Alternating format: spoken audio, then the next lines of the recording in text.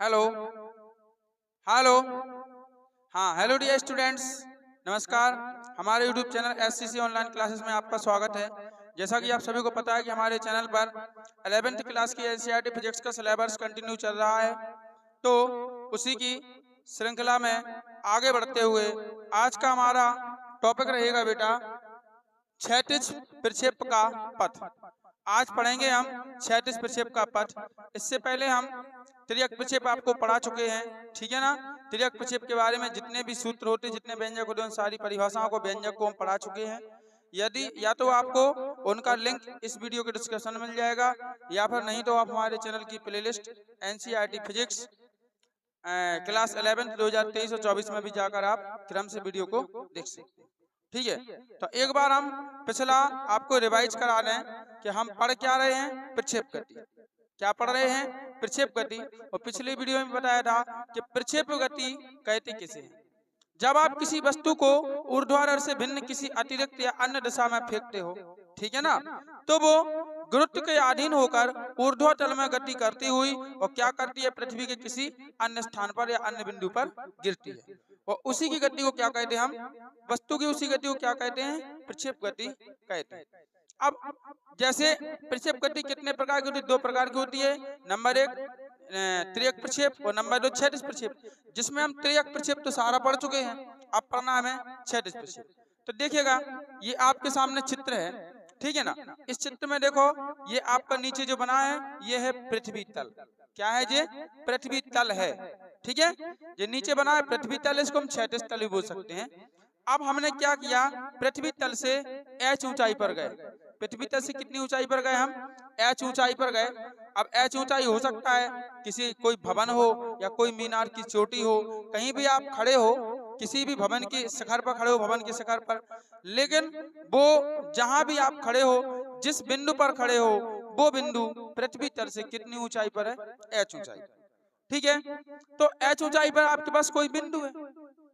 आप बिंदु का क्षैतिज, इसके समांतर ये डॉट डॉट डॉटेड वाली लाइन बनी ना, ये डॉट डॉट क्या है, ये क्षैतिज दिशा है। क्या है ये, क्षैतिज दिशा है। अब आपने क्षैतिज के साथ प्रारंभिक वेग u से क्या किया, किसी वस्तु को प्रक्षेपित किया, यानी आपने फेंका। मतलब आप कहीं पे खड़े हो तो आप वस्तु को बिल्कुल सीधा फेंक रहे हैं। कैसा फेंक रहे हैं, सीधा। आप वस्तु को सीधा फेंकोगे तो कुछ दूरी तक तो वो सीधी जाएगी। यहाँ पे तीर का चिन्ह बना, प्रारंभिक वेग। मान लो कि इतनी दूरी तक सीधी गई, फिर उसने क्या किया, अपनी दिशा बदल ली और बदल के ऐसी ऐसी आ गई और पृथ्वी के किसी अन्य स्थान पर गिरी, ठीक है ना। पृथ्वी के अन्य स्थान पर गिरी। तो देखो, यहाँ से आपको ये पर्वत जैसा ये एक वलय दिख रहा है, दिख रहा है ये पर्वत जैसा एक वलय के आकार में जो आपको लाइन दिख रही है, यही क्या है, प्रक्षेप का पथ है। यही क्या है, प्रक्षेप का पथ है। और ऐसी आकृति को हम परवलयाकार कहते हैं। क्या कहते हैं, ऐसी आकृति को परवलयाकार आकृति कहते हैं। परवलय यानी वलय के रूप में। परवलय का मतलब क्या होता है, वलय के रूप में जो आपको पथ दिखे वो क्या कहलाएगा, परवलयाकार कहलाएगा। तो आप परिभाषा चाहे क्षैतिज प्रक्षेप में देख लो, चाहे तिर्यक प्रक्षेप में, जब किसी वस्तु को क्षैतिज के साथ नहीं, जब किसी वस्तु को, क्या बोल रहे हैं, हाँ, जब किसी वस्तु को ऊर्ध्वाधर से भिन्न किसी अन्य दिशा में फेंका जाए। अगर मान लो कि आप वस्तु को सीधा नीचे छोड़ दो, समझ रहे, तो क्या वो पथ बनाएगी, नहीं बनाएगी।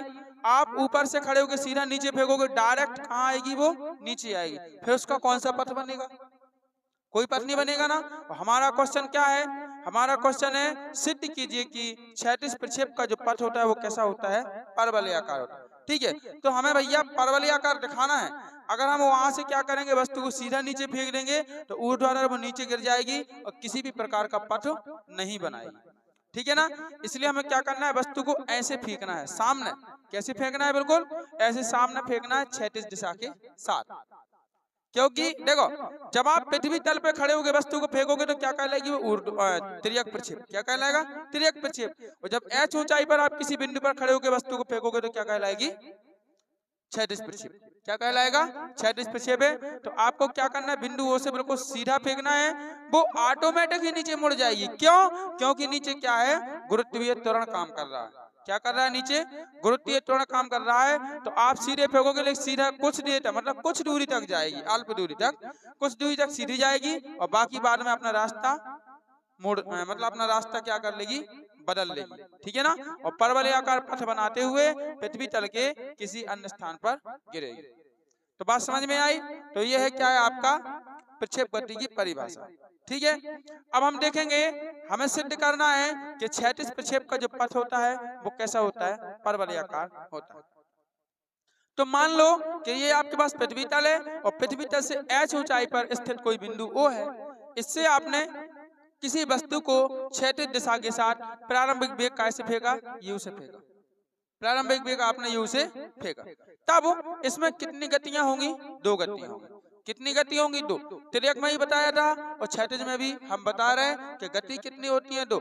आप क्षैतिज के साथ फेंक रहे तो कहीं ना कहीं जितनी भी आगे बढ़ी क्षैतिज दिशा में उसने गति करी कि नहीं करी। अगर हम नीचे से देखें पृथ्वी तल से, तो जिस मीनार से आप फेंक रहे h ऊंचाई वो कहाँ है, यहाँ पर है। अब जबकि वस्तु कहाँ गिर रही, यहाँ गिर रही, तो यही से देख लो ये क्या है, क्षैतिज दूरी है कि नहीं, और ये भी क्या है आपकी क्षैतिज दूरी है। तो मतलब वो जो वस्तु है जिसको आप प्रक्षेपित कर रहे हो वो 2 प्रकार की गति कर रही है, एक क्षैतिज गति कर रही है और दूसरी क्या कर रही है, ऊर्ध्वाधर गति।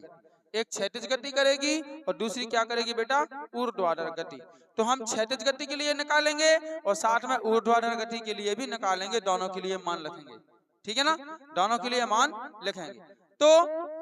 तो हमने क्या बोला कि माना पृथ्वी तल से h ऊंचाई पर स्थित कोई बिंदु O है, ठीक है ना, जिससे किसी वस्तु को, किसको, किसी वस्तु को या किसी प्रक्षेप को, देखो वस्तु को ही हम क्या बोलते हैं, प्रक्षेप बोलते हैं, ध्यान रखना, ठीक है ना।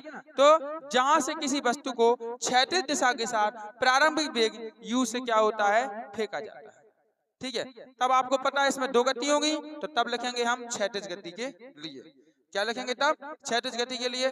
और हम आपको चित्र में बता दें, ये आप कहोगे सर ये डॉटेड लाइन क्या है, ये तो आपने बताई नहीं, ठीक है, कोई बात नहीं। ये आपका क्षैतिज है, ये आपका क्षैतिज है पृथ्वी तल, तो क्षैतिज को हम कैसे दर्शाते हैं, x अक्ष से, ऊर्ध्वाधर को कैसे दर्शाते हैं, y अक्ष से। हम आपको एक बार बता भी दे रहे हैं, यहाँ ये कौन सा अक्ष है आपका, x अक्ष है, ठीक है ना, और ये कौन सा अक्ष है आपका, देखो ये है आपका y अक्ष, क्लियर है। ऐसे आपको क्या करना है, ध्यान रखना है। तो अब ये क्षैतिज है, तो देखो इसके समांतर ये डॉटेड लाइन है ना, इसके समांतर क्या है, डॉटेड लाइन है। तो वस्तु यहाँ हमने क्या कर लिया, एक मध्य बिंदु ले लिया, इस मध्य बिंदु को कोई नाम दे दो, O हो गया, P हो गया, इसको हम Q दिए दे रहे हैं ना, ये Q दिए दे रहा है। यहाँ से ऐसी घूम के आई वस्तु पे, यहाँ से थोड़ी ऐसी गिरी, तो मतलब यहाँ से यहाँ तक वस्तु ने गति की, तो ये क्या है आपकी क्षैतिज गति है। क्षैतिज गति को हम x से दर्शाते हैं, ठीक है, क्षैतिज गति के लिए विस्थापन को कैसे दर्शाते हैं, x से दर्शाते हैं, और y अक्ष पर विस्थापन को कैसे दर्शाते हैं, हम y से, स्मॉल y से दर्शाते हैं। तो ये मान लिखिए, ठीक है, तो ये स्मॉल y है, क्योंकि वस्तु क्या कर रही, ऊर्ध्वाधर में y विस्थापित हो रही और क्षैतिज में कितनी हो रही, x विस्थापित हो रही है, ठीक है। तो ये क्या है, ये विस्थापन है। तो ठीक है, इतना क्लियर है। अब इसमें से कोई पूछना नहीं है, चित्र में तो आपको सब समझ में आ गई। तो हम कितनी गतियां करेंगे, 2 गति निकालेंगे। नंबर 1 पहला क्या लिखेंगे हम, क्षैतिज गति के लिए, नंबर 1 क्षैतिज गति के लिए। और आपको पता है गति के लिए त्रियक में भी हमने यूज किया था, गति का कौन सा समीकरण यूज करते हैं, द्वितीय। सेकंड समीकरण क्या होता है, s बराबर ut प्लस 1/2 at स्क्वायर, यानी आपको विस्थापन चाहिए, साथ में आपको वेग चाहिए, और क्या चाहिए आपको, त्वरण चाहिए, ठीक है ना। अब क्षैतिज तो हमारा x अक्ष कहलाता है, क्षैतिज क्या कहलाता है, x अक्ष। जैसे जी हमने क्षैतिज माना, ऊपर वाला क्षैतिज माना, तो इसी के समांतर तो है x अक्ष के, ठीक है ना। तो हम क्या करेंगे, इसमें पहले हम विस्थापन निकालेंगे, तो इसमें विस्थापन कैसे दर्शाएंगे, s कैसे दर्शाएंगे, s। तो s बराबर हमने क्या कहा, क्षैतिज दिशा में विस्थापन कितना हुआ, x। तो s बराबर क्या लिखेंगे हम, x लिखेंगे, फिर लिखेंगे हम त्वरण, ठीक है ना। तो ax, त्वरण को क्या बोलेंगे, ax बराबर, आपने त्रियक में भी आपको बताया था कि भैया ऊर्ध्वाधर जब गति करती है वस्तु तब गुरुत्वीय त्वरण लगता है, जब वस्तु ऊर्ध्वाधर गति करती है तो त्वरण लगता है। क्षैतिज में काहे का त्वरण, बताओ, क्षैतिज में काहे का त्वरण। जैसे आपने यहाँ पे बिंदुओं से वस्तु को फेंका, वो सीधा इतना चली, सीधी कितनी चली, इतनी चली, इसमें उसका काहे का त्वरण, कोई त्वरण उत्पन्न हुआ नहीं हुआ ना। जब उसने अपना मार्ग बदला, जब उसने अपना रास्ता बदला, गुरुत्व के अधीन हुई, तभी तो उसमें त्वरण लगा। तो क्षैतिज दिशा में हमेशा ध्यान रखना है, क्षैतिज में त्वरण का मान क्या होता है, 0 होता है। वहां भी बताया था और यहाँ भी हम आपको बता रहे हैं कि क्षैतिज दिशा में त्वरण का मान क्या होता है, 0 होता है। क्योंकि अगर वो सीधी चली होती, अगर वस्तु हमने सीधा फेंका और सीधी आगे बढ़ी होती तो उसका वेग बदलता, क्या बदलता, वेग बदलता। और वेग बदलता तो हम कहे थे कि अंतिम वेग माइनस क्या होगा, प्रारंभिक वेग, बराबर क्या हो गया, त्वरण में परिवर्तन, बराबर त्वरण। वेग में परिवर्तन क्या कहलाता है, त्वरण। टी समय अंतराल में जब वेग में परिवर्तन होता तभी तो त्वरण उत्पन्न होती। लेकिन वो सीधी कहाँ चली, थोड़ी सी सीधी चली क्षैतिज में, उसने अपना रास्ता बदल लिया और जैसे ही रास्ता बदला नीचे के लिए तो कौन सा त्वरण काम करने लगा, गुरुत्वीय त्वरण। और वो किस स्थिति में आ गई, ऊर्ध्वाधर गति में। किस कंडीशन में आ गई वस्तु, ऊर्ध्वाधर गति में। तो हम कहेंगे क्षैतिज गति में जो त्वरण होती है वो क्या होती है, 0 होती है। तो ax बराबर क्या बन जाएगा आपका, 0 बन जाएगा।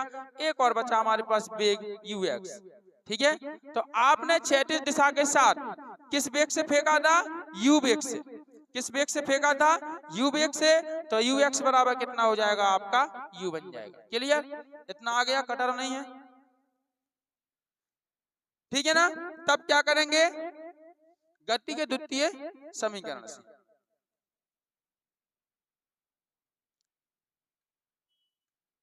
गति के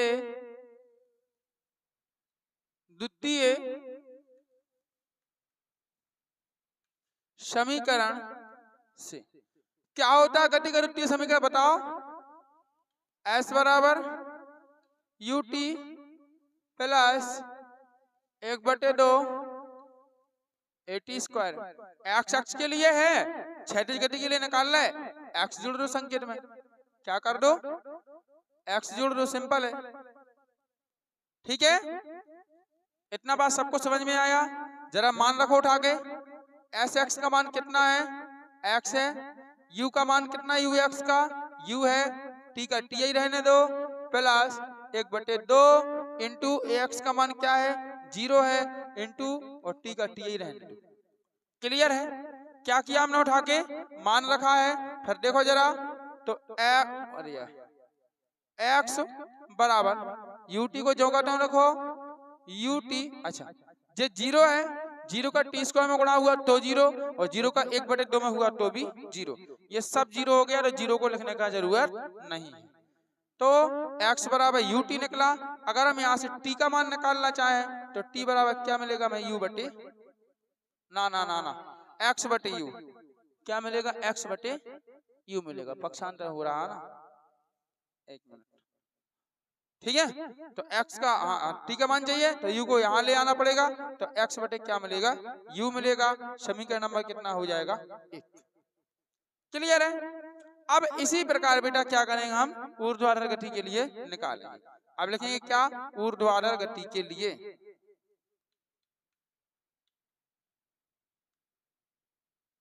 ऊर्ध्वाधर गति के लिए, ठीक है, ऊर्ध्वाधर गति के लिए। हाँ, ऊर्ध्वाधर गति के लिए फिर वही चीजें चाहिए हमें, क्या चाहिए, विस्थापन एस वाई, ऊर्ध्वाधर है ना, विस्थापन एस वाई। और एस वाई बराबर, देखो हमने क्या बोला, कितना विस्थापन हुआ, बाय, तो एस वाई बराबर कितना आएगा, बाई। देखो भैया, आपने प्रारंभिक वेग यू से फेंका, लेकिन गुरुत्व के अधीन गति करती हुई वस्तु कहाँ आई, पृथ्वी पर आई, अन्य स्थान पर आई, ठीक है ना। तो देखो हम कहेंगे जब यहाँ आई तो इसके बराबर विस्थापित हुई ना, इसके बराबर विस्थापित हुई, ठीक है। तो इस विस्थापन को क्या मानेंगे हम, बाई मानेंगे, है ना, क्योंकि बाई एक्स के बराबर विस्थापित हुई। तो एस बाई बराबर कितना हो जाएगा, बाई हो जाएगा। अच्छा, अब हमें क्या चाहिए, वेग, तो यू बाई बराबर। अब हमें ये बताइए कि वेग आपका क्षैतिज के साथ क्या था, यू था, क्षैतिज के साथ वेग क्या था, यू था। अब ऊर्ध्वाधर गति करी तो ऊर्ध्वाधर गति में काय का वेग, क्या आपका प्रारंभिक वेग नीचे भी चलेगा क्या, जैसे आपने क्षैतिज दिशा में क्या किया, प्रारंभिक वेग यू से फेंकी, ठीक है ना। तो जब तक उसने क्षैतिज में गति करी, जब तक सीधी क्षैतिज दिशा में गति करी, तब तक तो आपका वेग काम किया, u। और जैसे ही उसने अपना रास्ता बदला आपका वेग खत्म। अब तो वो किसके अधीन है? गुरुत्व के अधीन है। किसके अधीन है? गुरुत्व के अधीन है, इसलिए आपका वेग वहां पर काम नहीं करेगा। तो अगर क्षैतिज के लिए हम कहेंगे तो प्रारंभिक वेग u होगा, और यदि हम काय के लिए कहें, ऊर्ध्वाधर गति के लिए कहें, तो आपका वेग खत्म है, यानी प्रारंभिक वेग क्या हो जाएगा? 0। ठीक है ना? प्रारंभिक वेग क्या बन जाएगा? आपका 0 बन जाएगा। तो यहाँ पे आएगा u y बराबर कितना हो जाएगा? 0। क्लियर? फिर क्या चाहिए? विस्थापन हो गया, वेग हो गया, a बाई त्वरण चाहिए ना, a बाई। अब त्वरण बराबर क्या होगा? गलत, प्लस का क्या होगा? g। क्योंकि आपने ऊपर से नीचे आ रही हो, नीचे तो पृथ्वी खींचती है वस्तु को, नीचे खींचती हो, नीचे वो आ रही है, मतलब गुरुत्वीय त्वरण की दिशा में वस्तु गति कर रही। वस्तु गति कहाँ कर रही? गुरुत्वीय त्वरण की दिशा में, विपरीत दिशा में थोड़ी। ऐसा नहीं कि आपने ऊपर फेंका हो और वो बदल के नीचे आ रही हो, तो माइनस जी काम करेगा। आपने ऊपर से फेंका ही है, आपने या ऊंचाई से वस्तु को फेंका कि नहीं फेंका, तो उसको नीचे तो आना है ही, और नीचे ही क्या त्वरण, मतलब पृथ्वी ये वस्तु को खींचती है नीचे, यानी गुरुत्वीय त्वरण का मान क्या हो जाएगा? धनात्मक होगा। ठीक है, क्योंकि गति की दिशा और त्वरण की दिशा क्या है? एक ही है, इसलिए गुरुत्वीय त्वरण का मान प्लस जी होगा। बस अब क्या लगा दो? गति के सेकंड समीकरण से। और का त्रियक में 2 बार नहीं लगा था, त्रियक को इसमें है क्या? त्रियक में थीटा कौन से फेंका था? 2 घटक हो गए थे बस। तो क्या लगेगा सूत्र? बराबर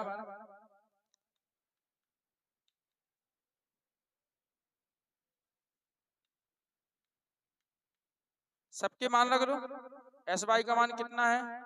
बाई है, बराबर यू वाई का मान 0 into T plus 1/2 G T square. ठीक, आगे आ जाओ। बाई बराबर देखो, ये तो सारा 0 हो गया, यू का टी में गुणा हुआ सब 0, इसको हटा दो, क्या बचा आपके पास? 1/2 जी, और टी का मान कितना है? जरा समीकरण 1 से रखो, ये समीकरण एक्स अपॉन यू, एक्स बटे यू। कहां से आया ये मान? साइड में लिख दिया करे, कई बार बताया हमने कि हम लिखें अन्यथा नहीं लिखें, आप लिख दिया करें। कहां से आया समीकरण? 1 से। ठीक है, चलो हल करो। बाई इक्वल 1/2 जी ज्यों करता हूं, एक्स का गुणा करेंगे, एक्स का वर्ग करेंगे तो कितना आएगा? एक्स स्क्वायर, और बटे और यू का करेंगे तो कितना आएगा? You square. ठीक है, तो बाय बराबर, अच्छा एक्स, अब अरेंजमेंट करो थोड़ा, कैसा करो? यहाँ गुणा करो जी एकम जी, जी आएगा जी बटे 2 का यू में करो तो कितना आएगा? 2u स्क्वायर, और इंटू एक्स स्क्वायर कहाँ फेंक दो? बाहर, बाहर कर दो बराबरी से। अब इन सबको क्या मान लो अपन? के, इतने को क्या मान लो? के मान लो। तो y बराबर ये आएगा के और एक्स स्क्वायर। ठीक है, तो यही क्या है बेटा? क्षैतिज प्रक्षेप के पथ का समीकरण है। क्षैतिज प्रक्षेप का जो पथ परवलयाकार होता है, तो परवलय का ही क्या है? जे समीकरण है। आपका आंसर आ गया। जहां जहां के इक्वल के बराबर कितना आएगा बताओ? 2u स्क्वायर, इसी को के माना आपने। बस ये है आपका प्रक्षेप गति का समीकरण। बताइए कुछ कठिन है इतने में? हैं? ऐसा कोई है बंदा जिसको समझ में नहीं आया हो? सबको समझ में? भैया कुछ नहीं है, कुछ नहीं है, थोड़ा सा दिमाग का खेल है, थोड़ा सा दिमाग लगाओ, सब कुछ हल हो जाएगा। सोचिए जरा, जिसने इसके बारे में अध्ययन किया था, जिसने ये नियम दिए थे सारे के सारे, उनका दिमाग कितना तेज होगा? बोलो, तुम तो लिखा लिखाया नहीं सीख पा रहे, कैलकुलेट कर पा। उनने तो खोज करी, उनने क्या किया? इसका खोज किया, जब आपको पढ़ने के लिए मिल रहा है। तो सोचो, वो भी तो इंसान थे और आप भी क्या हो? इंसान। आप भी इंसान हो, वो भी इंसान थे, फिर क्या फर्क है इंसान इंसान में? लेकिन ये है कि आप अपने दिमाग का इस्तेमाल नहीं करते। उन्होंने अपने दिमाग का इस्तेमाल किया, इसलिए वो आगे है, आप पीछे हो। वो किताबों में छपे हो, आप अखबार में छप जाओ, वही बुला, वही बहुत है। ठीक है, तो सब कुछ समझ में आ गया। तो इस प्रकार से बेटा हमारा ये क्वेश्चन है, ये कंप्लीट हुआ। अब नेक्स्ट वीडियो में हम लाएंगे आपको जो क्षैतिज प्रक्षेप होता है उसका उड्डयन काल लाएंगे, और साथ में क्या करा देंगे, क्षैतिज परास भी करा देंगे। ठीक है, अधिकतम ऊंचाई का व्यंजक इसका होता नहीं है, क्योंकि आपने त्रियक प्रक्षेप तोड़ी है। क्षैतिज प्रक्षेप में ऊंचाई, अधिकतम ऊंचाई का फॉर्मूला नहीं होता है। ठीक है, तो इस प्रकार से यदि आपको वीडियो पसंद आए तो वीडियो को लाइक करें, शेयर करें और कमेंट करके जरूर बताएं। हाँ, हमारे चैनल को सब्सक्राइब करें एवं बेल आइकन प्रेस करके ऑल पर क्लिक कर दें, ताकि आगे आने वाले सभी वीडियो की नोटिफिकेशन आप तक पहुंचती रहे। तो मिलते हैं बच्चों नेक्स्ट वीडियो में नेक्स्ट क्वेश्चन के साथ। तब तक के लिए बाय, जय हिंद, वंदे मातरम।